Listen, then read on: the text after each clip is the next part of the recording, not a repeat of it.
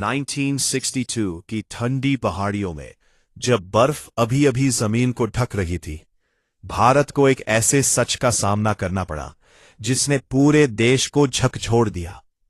सीमा पर खामोशी थी, लेकिन उस खामोशी के पीछे छिपा था एक तूफान, एक ऐसा युद्ध जो सिर्फ गोलियों से नहीं बल्कि विश्वास, तैयारी और हकीकत के टकराव से लड़ा गया।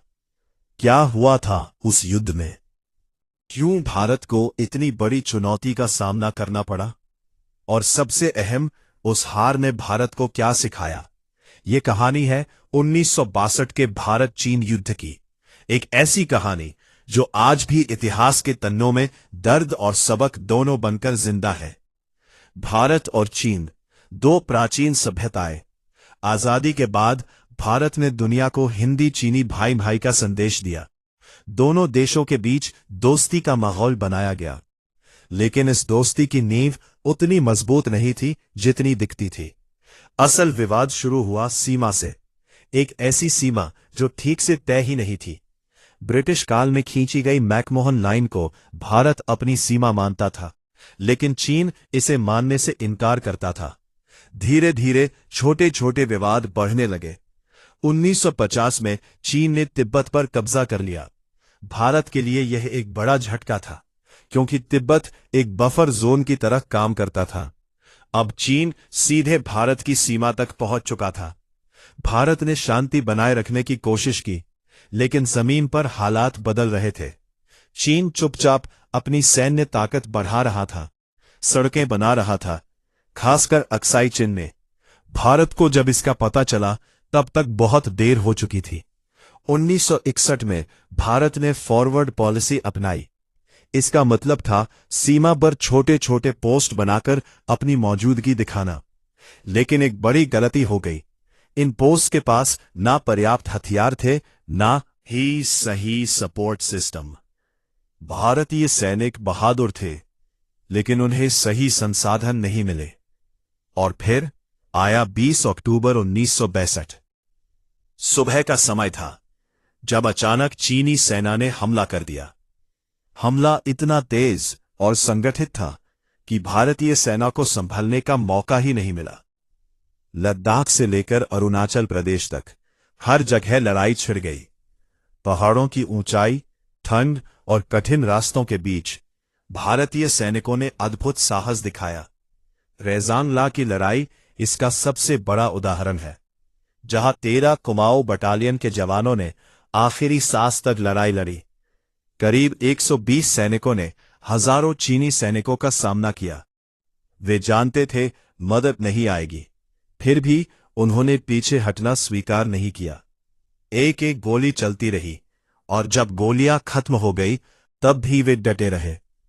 यह सिर्फ एक लड़ाई नहीं थी, ये भारतीय सैनिकों की वीरता की मिसाल थी। लेकिन दूसरी तरफ चीन पूरी तैयारी के साथ आया था। उनके पास बेहतर हथियार, बेहतर योजना और बेहतर लॉजिस्टिक्स थे। भारतीय सेना के पास ना सही सर्दियों के कपड़े थे, ना ही पर्याप्त गोला बारूद। कई जगहों पर सैनिकों को पीछे हटना पड़ा, और धीरे धीरे हालात भारत के खिलाफ होते गए।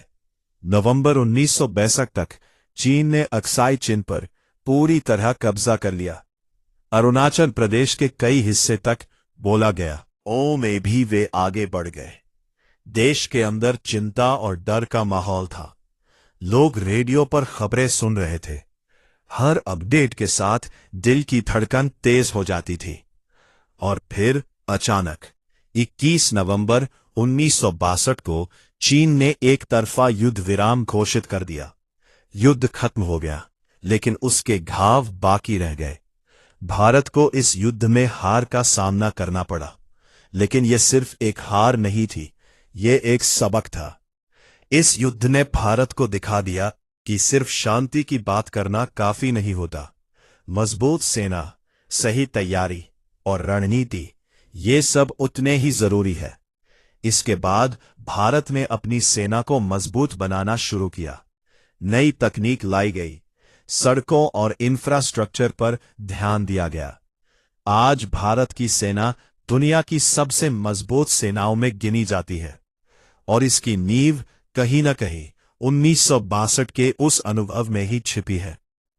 ये युद्ध हमें यह भी सिखाता है कि इतिहास को भूलना नहीं चाहिए, क्योंकि जो देश अपने इतिहास से नहीं सीखता वह भविष्य में वही गलतियां दोहराता है। 1962 का युद्ध एक दर्दनाक याद है, लेकिन साथ ही ये एक प्रेरणा भी है। प्रेरणा अपने देश की रक्षा के लिए खड़े होने की, प्रेरणा हर चुनौती का सामना करने की, और सबसे बड़ी बात ये याद दिलाता है कि हमारे सैनिक हर हाल में, हर परिस्थिति में देश के लिए अपनी जान देने को तैयार रहते हैं। आज जब हम सुरक्षित अपने घरों में हैं, तो कहीं न कहीं उस सुरक्षा के पीछे उन वीरों का बलिदान छिपा है। 1962 का वह युद्ध खत्म हो गया, लेकिन उसकी कहानी आज भी जिंदा है। एक कहानी साहस की, एक कहानी संघर्ष की, और एक कहानी सीख की।